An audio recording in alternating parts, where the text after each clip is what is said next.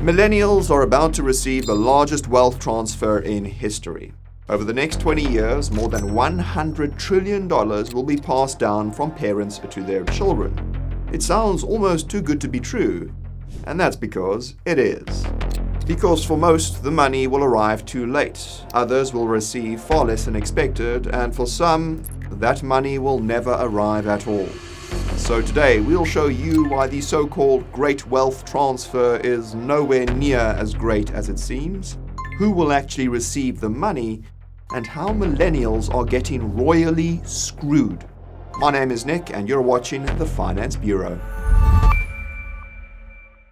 Okay, for starters, we need to get an idea of the scale here.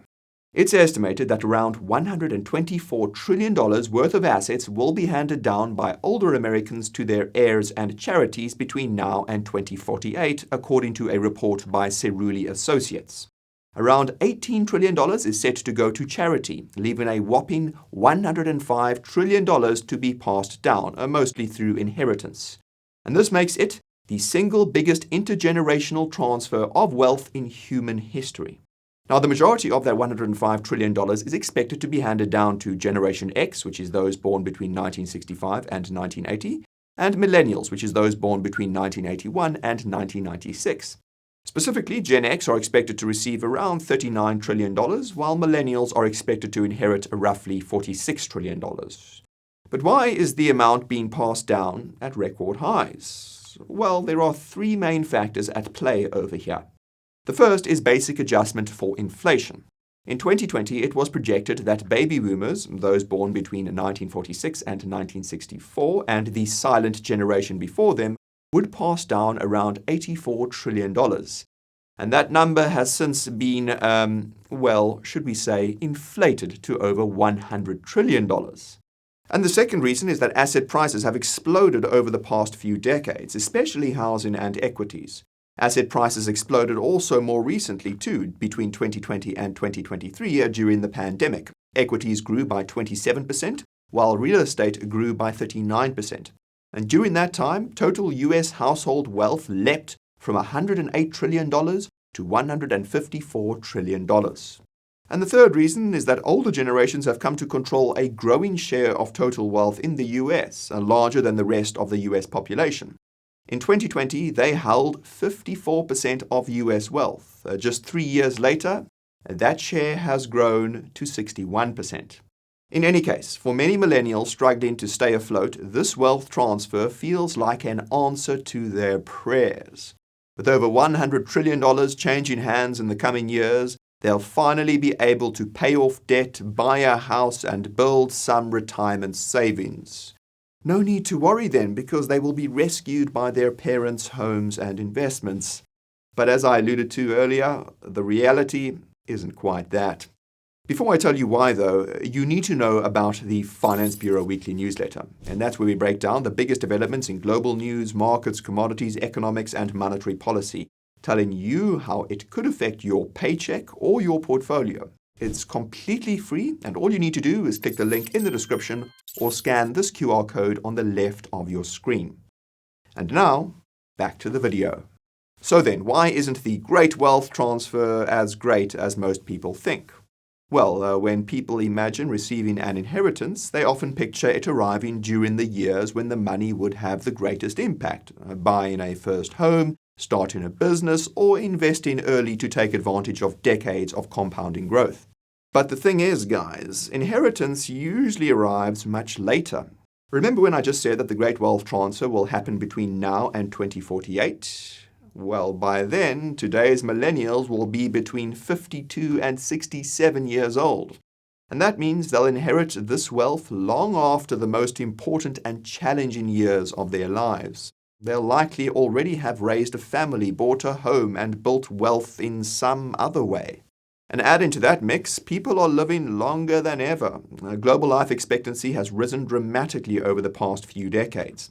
In many developed countries, living into your 80s is increasingly common, and that's great for families, but it also delays wealth transfer between generations. Now, don't get us wrong, receiving a lump sum of cash at 60 can still be pretty useful. It could improve your retirement plans, help cover your medical bills, or whatever else. But at that stage of your life, inherited cash has far less opportunity to reshape your future, since the biggest financial decisions were made decades earlier.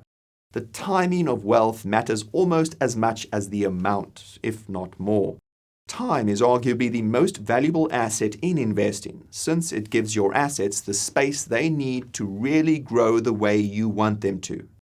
For example, imagine inheriting $200,000 at age of 30 and investing it for the next few decades. Thanks to compounding, that money has more time to grow, helping you to buy a home, retire comfortably, or achieve other long-term goals. And now imagine inheriting that same $200,000 at the age of 60. It's still a significant payout, but you simply don't have the same decades ahead to benefit from that compounding. But here's something to really add insult to injury. Over the next 10 years, millennials are expected to receive around $8 trillion. For Generation X, the generation before the millennials, that figure is $14 trillion. And this means that Gen X will have more money up front and more time to invest it. In other words, Gen X will be the biggest beneficiaries of the great wealth transfer, despite receiving less overall. Now, there's another reason why millennials may wait even longer to get that inheritance money. When most people think about inheritance, they think of an intergenerational exchange, where money is passed down to the next generation.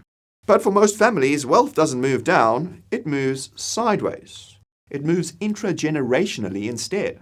Instead of being passed down from parents to their children, wealth more often passes to the surviving spouse. And that means the transfer most people expect can be delayed by another decade, and maybe longer. Married couples typically leave their assets to each other through their wills, but legal rules apply when someone dies without one. The family home, savings accounts, and investment portfolios usually remain under the surviving spouse's control. After all, they still need somewhere to live and enough income to support themselves, especially if they expect another 10, 20, or 30 years in retirement. The result, though, guys, is that many inheritances happen only after both parents have passed away. So if one parent dies at 70 and the other lives until 92, their kids don't get any money until more than 20 years after they originally expected. The delay changes the role inheritance plays in people's lives, and as life expectancy continues to increase, that difference becomes even more apparent. Of course, some parents try to solve this by giving money away first while they're still alive. The catch is that these gifts depend on parents having enough financial security first before they part with those assets. And this uncertainty leaves millions of millennials in an awkward position. On paper, their parents own significant wealth. In practice, they have little access to it, if any. And this ties into another reason why the great wealth transfer might not be as impressive as it first sounds. Retirement costs. Because people are living longer, they're also spending more time in retirement, and this means their savings have to stretch further, making retirement itself much more expensive. And this can seriously eat into the estate, as someone retiring at 70 years old may spend the next 20 years or more relying on pensions, savings, and investment income. Even households that accumulated substantial wealth during their working lives can gradually spend down those assets over a lengthy retirement. After all, that money's got to come from somewhere. But it's not just about basic survival. Healthcare is another major factor. Those later years often involve more medication, doctor visits, and, in some cases, hospital stays. The thing is, healthcare costs are higher than ever and continue to rise. Now, for perspective, the average American spent over $9,500 per year on healthcare in 2014. By 2024, that figure had soared 62% to just under $15,000. It's no wonder that 51% of Americans worry about affording healthcare, while 42% are concerned about paying for prescription drugs. The costs of extended medical treatment, home care, and assisted living can take away huge chunks of a person's wealth during their final years. And housing is another major factor here. Many people assume that the family home will eventually become their largest inheritance. And sometimes that happens, but in many cases, the house is sold to help fund nursing home costs and residential care. And that's no surprise once you realize how much it all costs. Now, for those who spend retirement in independent living, the median cost is around $3,200 per month. And this is for people who can manage a day-to-day life on their own and usually includes housing, meals, housekeeping, social activities, and maybe transportation, but rarely personal care or medical support. But for assisted living, where an elder person needs help with things like bathing, dressing, meals, and medication, the cost is almost double at $6,200 per month. And there may also be times when they need additional support due to conditions like Alzheimer's or dementia. And in that case, the retiree lives in a specialized environment called memory care, which can cost $6,700 per month. And for those who need around-the-clock specialist care, retiring in a nursing home is more suitable. However, it's also the most expensive, with the median cost ranging between $9,500 and $10,800, depending on the level of care, of course. Obviously, we all want to make sure that our loved ones are cared for in their final years. But there's no denying that this also eats into the money that beneficiaries can expect to receive. And look, retirees have all their right to spend their money and enjoy their golden years however they damn well please. They've already spent decades working hard to support themselves and their families. So we should allow the older generation to live comfortably. What we shouldn't do, though, is rely on inheritance money to pay for our own retirement. And yet, almost 70% of millennials are doing just that. Now, even when a sizable estate survives through all of these retirement costs I just mentioned, the amount beneficiaries actually receive can be much lower than expected. There are often estate taxes, legal fees, probate costs, debts, and complicated property arrangements, all of which can take a huge bite out of what's left before that money ever reaches the next generation. Now, one common belief about inheritance is that governments can take a huge chunk before families ever see that money. In the United States, though, that usually isn't true. Federal estate tax is a massive 40%, but it only applies to the wealthiest households. In 2026, the federal exemptions is $15 million per person, meaning the overwhelming majority of American families won't pay any federal estate taxes at all. But that doesn't mean every inheritance goes untouched. Different states across the US have their own estate and inheritance taxes, each with much lower exemption thresholds. And depending where you live, these can reduce the value of an expected inheritance long before it touches the next generation. But taxes are only part of the puzzle. Before heirs receive anything, they first need to settle outstanding debts, including mortgages, personal loans, credit cards, and medical bills. And these are usually paid from the estate before any money reaches beneficiaries, who inherit what's left. In other words, if someone dies with huge liabilities, it's not just the assets they're passing on, it's the debt too. The legal process also takes some time, guys, because many estates go through what is called probate, under where the court oversees asset distribution, creditor payments, and validation of the will. While some estates qualify for simpler procedures, larger or more complex estates can spend months in probate before anyone receives anything. And of course, legal fees, court costs, and professional advisors all add to the final bill. Real estate can add another layer of complexity. The family home is often the largest asset in an estate, but turning that value into cash isn't always straightforward. Heirs can, and often do, disagree over whether to sell, keep, or rent the property, and some homes also have outstanding mortgages or need major repairs. And although house prices are rising, that doesn't necessarily make them easier to divide. By the time debts, taxes, legal costs, and probate have been dealt with, the amount beneficiaries actually receive can look very different from the estate's headline value. The great wealth transfer may be measured in trillions of dollars, but individual inheritances often end up being underwhelming, to put it politely. And now we get to one of the biggest misconceptions about the great wealth transfer, the idea that it will lift an entire generation. In reality, wealth is never distributed equally, and inheritances are no different. That's simply because families with valuable homes, businesses, and investment portfolios can pass on far more than families whose wealth is more limited. And when it comes to the great wealth transfer, it's not like the numbers are skewed just a little bit. It's estimated that out of the $105 trillion that will be passed down, a massive $62 trillion will come from high net worth and ultra high net worth households. That's more than 50% of the total coming from just 2% of all households in the US. That's crazy. And to make things worse, this imbalance also affects the amount that each person is expected to get. The average expected inheritance is somewhere between $320,000 and $335,000. But that's only because rich households push the number up. Most people will get nowhere near this. In fact, it's highly likely that around 50% of Americans won't inherit anything at all.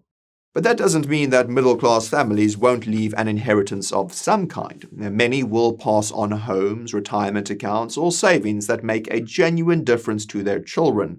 The point, though, is that there's a huge difference between inheriting, say, $10,000 and inheriting a paid-off home and a seven-figure portfolio. For just a handful of millennials, the great wealth transfer will be absolutely life-changing. For millions of others, though, it will be little more than a small financial boost. This may be the so-called great wealth transfer, but it's certainly not the great wealth distribution. Just a small number of recipients, those from families with lots of money already, will receive life-changing gains. And this helps to explain why so many economists tend to focus on wealth inequality rather than income inequality. Two people can earn the exact same salary, but they can have dramatically different financial futures if one inherits a substantial wealth, while the other receives very little. And this is where the great wealth transfer becomes much bigger than inheritance itself. And that's because it underscores how, these days, financial success isn't just determined by your salary or your career. It also depends on whether your family is in a position to provide financial support long before inheritance even enters the picture. Across the US, family support has become an important factor in buying a home, as some parents help with the down payments, others allow adult children to live with them rent-free while they save, or they contribute money toward closing costs. And this usually happens decades before any inheritance, at the point when this support makes the most difference. And that advantage compounds over time. Someone who gets help buying their first home at 28 starts building equity immediately and benefits as house prices continue to rise. Someone without that same support network can earn exactly the same salary but spend years renting while saving for a down payment. By the time they eventually do buy, assuming they ever do, the gap in accumulated wealth will be huge. And it's not just in housing. Wealthier parents are generally better positioned to help pay for college, provide emergency financial support, or even help the next generation start a business. Together, these advantages create very different financial paths, with those who receive support building wealth considerably faster than those who don't. Put simply, the great wealth transfer could make financial inequality even more apparent. The irony, though, is that millennials are often told to work harder, save more, and invest consistently. And to be clear, those things are important. But family wealth is becoming more important for future financial success than it was for previous generations. Despite the headlines, the great wealth transfer isn't the financial rescue that millennials have been hoping for. It's a redistribution of wealth within families, not across an entire generation. Many will only receive a modest inheritance later in life. Others won't inherit enough to change their financial position in a meaningful way, and millions more won't inherit anything at all. If anything, the great wealth transfer could leave millennials even more divided than they are today. Wealth generates more wealth. Those who will benefit most will be able to grow their wealth exponentially, while those who inherit very little, or indeed nothing, will be left behind. This could make the K-shaped economy even worse than it already is. And of course, this also means that the great wealth transfer won't solve the affordability crisis that many millennials are facing. Housing prices won't suddenly become cheaper, student debt won't just disappear, and wage growth won't accelerate just because wealth is changing hands. Those problems will still remain. And what might all of this mean for the markets, you might ask? Well, that really depends on how millennials spend their inherited wealth. But because the older generation seems to be shifting towards passing money down now while they're still around, this suggests that the impact on the market could be felt sooner than 2048. Some millennials will stick to investing in the same assets as their parents, like stocks, bonds, and real estate. However, a survey with the Bank of America found that 72% of wealthy millennials and Gen Z believe it's no longer possible to make above-average returns by only investing in traditional assets like stocks and bonds. In fact, wealthy investors aged between 21 and 43 would rather invest in higher-risk alternatives like crypto and private equity. Alternatively, they'd rather make direct investments in companies, not just their stocks, or start a company of their own. As for the non-wealthy individuals that can't afford to take on such risk, the great wealth transfer is more likely to cause frustration than anything else, as they see their peers benefit from the biggest transfer of wealth in human history, while they get left behind. Alright folks, that's quite enough from me today, but we want to hear from you. Are you expecting to inherit a small fortune, or are you one of the millions of people that will be watching this one from the sidelines? Let us know your thoughts in the comments down below. And if you want to learn more about how the government is being controlled by corporate lobbying, then you can check out our video right over here. And if you want to see why the housing market is about to collapse, then check out this video right over here. Thank you all for watching, and I'll see you again soon. This is Nick, signing off.